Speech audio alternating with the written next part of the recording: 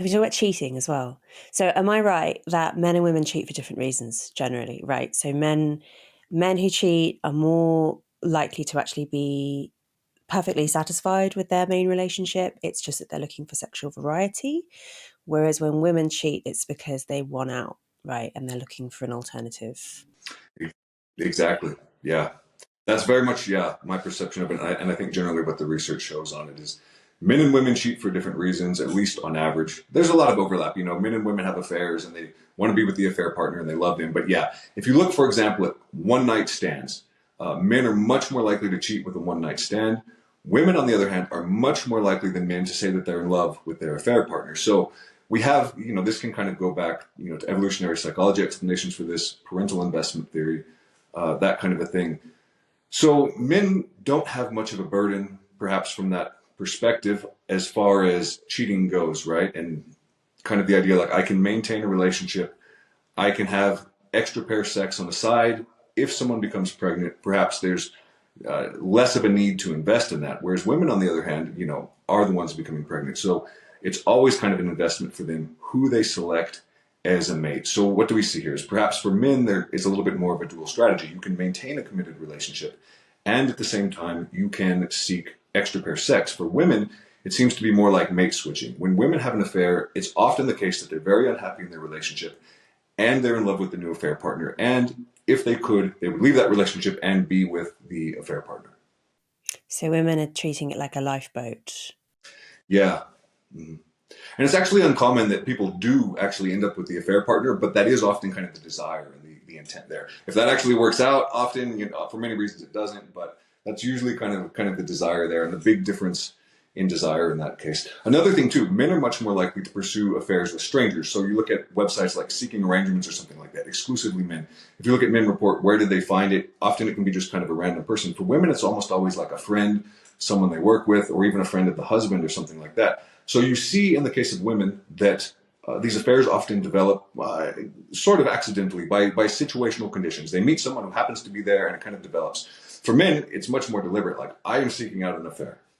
And okay, and so for women, it's like you have an unhappiness in the main relationship, this other person comes along, and that combination can produce an affair.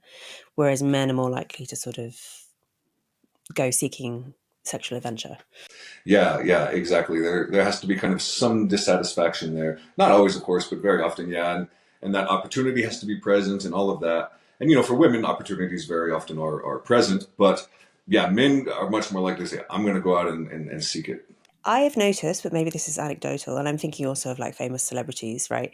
That men quite often have affairs with women who are actually not as good looking as their wives. Yeah, that's something I've noticed also. And I'm not sure if there's any research on that, but it does seem to be the case. And I mean, that would be a good example of the effect of novelty, right?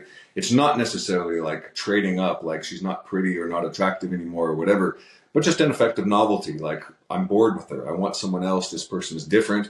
Or even just, you know, this other person was there and available. So yeah, men are much less selective in that sense. It's interesting because, you know, research kind of indicates men care a little bit more about physical attractiveness than women do, especially in these short-term pairings. But at the same time, the bar is kind of low for men for who they'll select as a sexual partner. Again, kind of goes back to parental investment theory. Men don't have to pay that much attention for investment, especially in short-term contexts.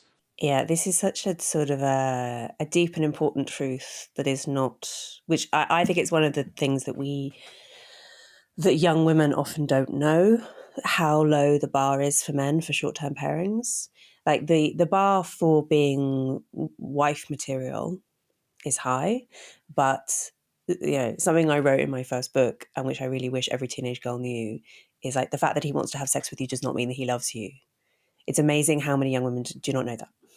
Yeah, and something we know as well is that women use sex to secure mates, long-term mates. And we see an association with attractiveness there, where women who are more attractive are a little bit less promiscuous than women who are kind of middle range attractive. So why might that be? Perhaps being middle range attractive requires a little bit more competition. And so what do women do? They have sex earlier to kind of secure that investment, which is kind of another thing related to hookups. You know, I think a lot of men kind of project their own perspective and desire of hookups onto women, and they think, you know, like everyone is promiscuous, they just want casual sex, which is kind of true for men. But for women, a lot of time, what gets reported as casual sex or these situationships or whatever, those are women that are kind of interested in a relationship with that person, but it just doesn't progress. And I have another interesting idea for you. Let me springboard off of that. We talk about short-term and long-term mating, but I think we also see a phenomenon where men will enter long-term relationships, but kind of with the foot half out of the door. They won't commit. So they will say, they'll be in a relationship, they'll have a girlfriend, but it's like, you want to get married? You want to get married? No. They know that they don't want to commit and be all in on that relationship, but they kind of keep it there anyway, still as a long-term relationship, but with a lower level of commitment. Yes, I mean, there is no shortage of women on Reddit or wherever complaining about that. It seems to be a very widespread phenomenon. Yeah, it's really interesting you say that middling attractive women are more likely to be promiscuous. I think that if that were, it's a kind of mystery to me, an interesting mystery as to why slut shaming still happens, kind of, but slut shaming is definitely less common now than in previous eras. And if anything, women being sexually adventurous and so on can be very high status. Even though, as you say, I mean, if anything is like objectively high status for women, it's being beautiful. And beautiful women are actually less likely to be. I mean, it just seems kind of odd that it has ever become established that being promiscuous is a high status thing to do among women, at least superficially. I think probably deep down there's still a lot of shame and slut shaming going on from other women.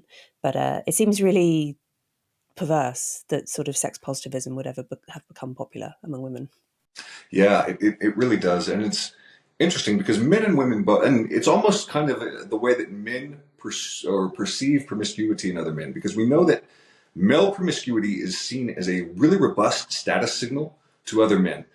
Women actually view it kind of negatively, a man who's promiscuous. In fact, they seem to view that about as negatively across the research as women view, or as men view promiscuity in women, which is, really, pretty, yeah, which I didn't is know that. pretty Okay. strong. So women view it negatively, but men don't. Men view it as really positive. And, from the day that boys are like 13 years old, they'll be bragging about having sex. They've obviously never had sex as a 13-year-old. They'll just be making up stories on the playground.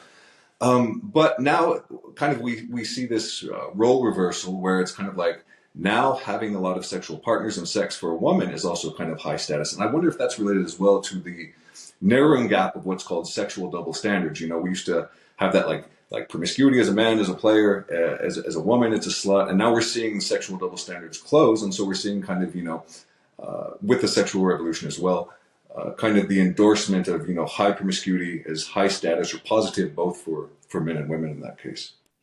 Yeah, it's curious. I mean, it's still the case, though, isn't it, that promiscuous women suffer a penalty in terms of men's attitude towards them as long-term partners, right? Even if you'll have men who talk the talk on being very open-minded about all of this, but actually their preferences show, right, in terms of how they walk the walk. Oh, I'm sure. Yeah. Yeah. I mean, if you ask men and women, what is your ideal body count in a partner, it's really low. Interestingly, it doesn't usually seem to be zero, but it's going to be like 2 or 3. So people report a relatively low past partner count. If you look at people's actual past partner counts, what they report in a partner, it correlates pretty closely with their own. So we know that more promiscuous people pick more promiscuous partners as long-term mates, which makes sense. So the people who say, I don't care very much or whatever, they probably do care a little bit less. And their actual mate selection seems to show that. But yeah, we know, as we can kind of debate as people do, like how important is it or whatever, but it's really rare that you see anything that would indicate like more promiscuous is better for women, right? You never see kind of the effect in the opposite direction. The effect's always in one direction. It's just kind of a debate over the magnitude of like, is it a little bit important or is it a lot important? Yeah. And also, I suppose the thing is, it's like, what trade-offs are you willing to carry, right? Like a super, super attractive woman who has quite a high body count is obviously still going to be at an advantage, which is one of this kind of, again, going back to red pill myths, this idea that all the promiscuous party girls end up like tragic and alone. Like, no, they don't. They're gorgeous. They obviously, they obviously eventually get married and have kids and are fine, right? Yeah, I've said that a lot, and that often makes people very angry. Obviously, it's a huge cope. It's kind of the sour grapes cope or something like that, right? Like these are people that did not pick me when I was young, when I was a young man, 1925 or whatever.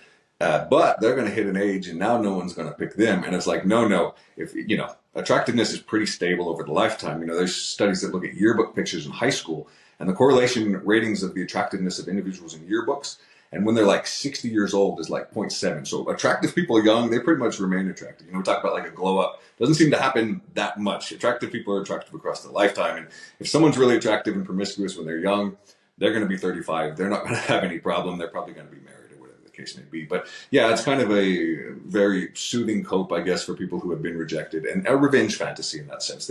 They want that revenge. I've been rejected, and now one day you too will be rejected.